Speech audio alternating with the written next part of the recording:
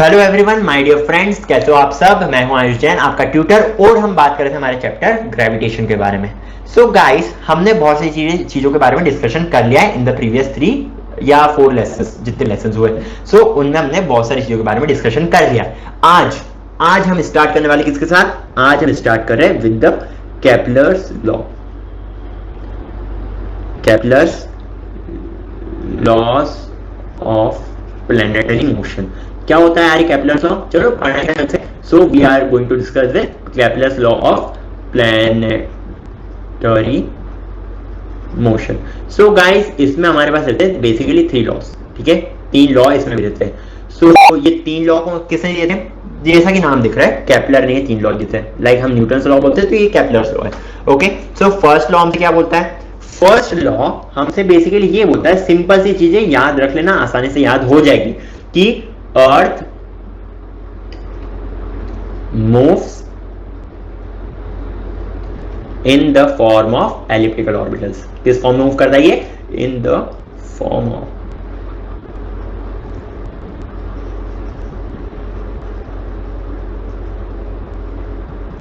elliptical orbitals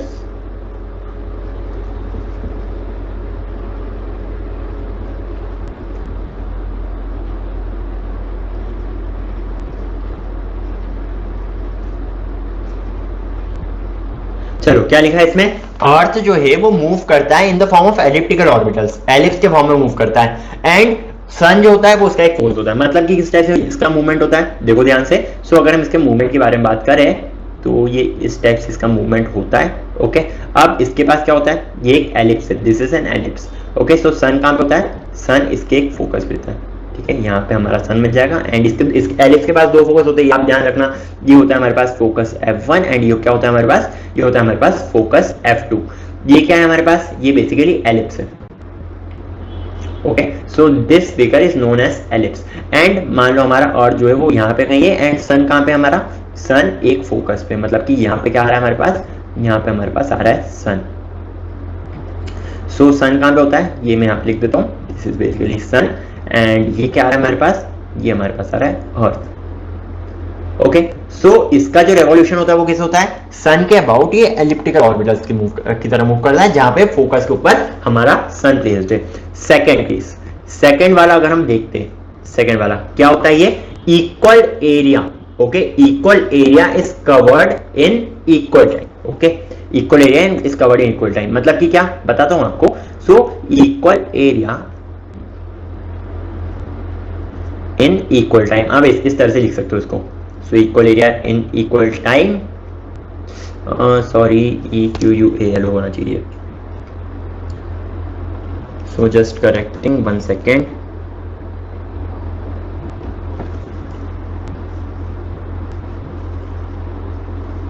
okay, so equal area cover होता है कब? इक्वल टाइम पे। Okay, so equal area is covered in equal time, लिख सकते हो आप ऐसा। मतलब क्या इक्वल एरिया कवर होगा इक्वल टाइम में? ये समझ में नहीं आया थोड़ा। चलो देखो ध्यान से। अब देखो, ये एलिप्स बना दिया हमने, ठीक है, ये हमने एक एलिप्स बना दिया। सर हमारा यहाँ पे कहीं प्लेस्ड है। अब देखो, अगर यहां से जाने में यहां तक अर्थ है, ये क्या है हमारा? अर्थ है। सो यहां से यहां तक जाने में एरिया कितना कवर अप हो रहा है? एरिया हमारा इतना कवर हो रहा है। सिमिलरली ये जो एरिया है, ठीक है, ये जो एरिया है ये कवर हुआ था कब? ये एरिया कवर हुआ था इन टाइम टी में इतना एरिया कवर अप हुआ था। एंड अगर यहां पे जाएंगे तो देखो यार, ये जो डिस्टेंस है between the sun and the earth के ऑर्बिटल्स के बीच में, ये जो डिस्टेंस आ रहा है इनके बीच में, ये ज्यादा हो रहा है। जब यहाँ पे जाएगा ये डिस्टेंस कम हो जाएगा। हो रहा है कि नहीं हो रहा है? कम। सो ये डिस्टेंस कम हो जाएगा। बट हमें क्या देखना है? हमें इसके एरिया से मतलब है। मान लो इतना एरिया आ रहा है यहाँ पे हमारे पास।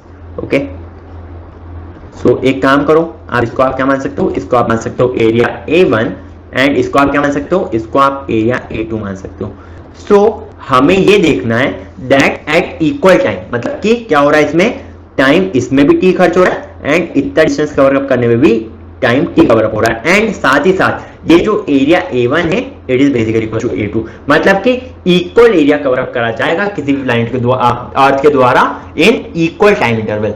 ठीक है, एरिया, इसमें हम एरिया के साथ डील करें, डिस्टेंस के बारे में बात नहीं कर रहा हूं मैं। ये जो एरिया बन रहा है ना अर्थ के साथ, सन के साथ जितना एरिया बन रहा है ना उसके बारे में मैं डील कर रहा हूं। So A1 is basically equal to A2, ये होगा हमारे पास दो रूल्स। ओके, थर्ड रूल हमसे क्या बोलता है? थर्ड रूल थोड़ा कॉम्प्लिकेटेड है, इसको समझने की कोशिश करना। तो थर्ड रूल हमसे ये बोलता है, थर्ड रूल हमसे क्या बोलता है कि ये जो सेमी मेजर एक्सिस है, थर्ड रूल आप सिंपली लिख सकते हो that T square is directly proportional to A cube. अब ये टी स्क्वायर क्या है और ये ए क्यूब क्या है? देखो हमारे पास क्या आ रहा है, ये हमारे पास एलिप्स आ रहा है, ठीक है। यहाँ पे हमारे पास सन प्लेस्ड है, ठीक है। So this is basically the sun, यहाँ पे आप सन मान सकते हो एंड अर्थ यहाँ पे रेवोल्यूशन कर रहा है। अब यहाँ पे देखो, अगर आप देखते हो ये डिस्टेंस एक ये होगी हमारे पास एक्सिस, मतलब कि सेंटर से जो एक्सिस पास हो रही है, इसको हम क्या बोलेंगे? इसको हम बोलते हैं माइनर एक्सिस। क्या बोलेंगे इसको? एलिप्स के केस में इसको हम क्या बोलेंगे? इसको हम बोलेंगे माइनर एक्सिस। सिमिलरली ये वाली जो एक्सिस है इसको हम क्या बोलेंगे? ये जो सेकंड वाली एक्सिस में दिखा के रखी है इसको हम बोलते हैं मेजर एक्सिस। सो ये दो एक्सिस के नाम को याद रखें कि एक होती है माइनर एक्सिस एंड एक होती है मेजर एक्सिस, ठीक है। So minor axis and major axis आपको याद रखने होंगे। एंड अगर हम इसका आधा डिस्टेंस ले, ठीक है, मतलब ये तो हमारे पास मेजर एक्सिस है, सो अगर हम इसका आधा डिस्टेंस ले, so we can call it as A, ठीक है। मतलब कि ए है क्या यहाँ पे? ए क्या है हमारे पास यहाँ पे? A is basically the distance of semi major axis, ठीक है। सेमी मेजर एक्सिस मतलब क्या? मेजर एक्सिस का आधा।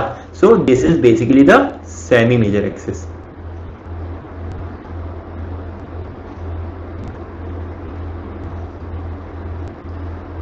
एंड अगर हम बात करें किसके बारे में? अगर हम बात करें टी के बारे में, so T is basically equal to time period.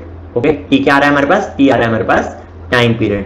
अब हमने जो रिलेशन लिखी है T square is directly proportional to A cube, इसका हम काम कैसे ले सकते हैं? इसका काम ऐसे ले सकते हैं कि अगर आपको दो टाइम पीरियड दिए हैं एंड आपको अगर एक की वैल्यू दी है, ठीक है, अगर आपको दो टाइम पीरियड देकर रखे एंड आपको एक की वैल्यू देकर रखी, तो आप दूसरे एक की वैल्यू फाइंड आउट कर सकते हैं। मतलब कि अगर दो एक्सेस गिवन है हमें, सो हम एक एक्सेस की वैल्यू फाइंड आउट कर सकते हैं। मतलब कि हम इसमें क्या लिख सकते हैं? सिंपली इसमें हम सिंपली लिख सकते हैं T1 बाय T2 इसका होल स्क्वायर अगर आप लेते हो, T1 बाय T2 का whole square is basically equal to कितना?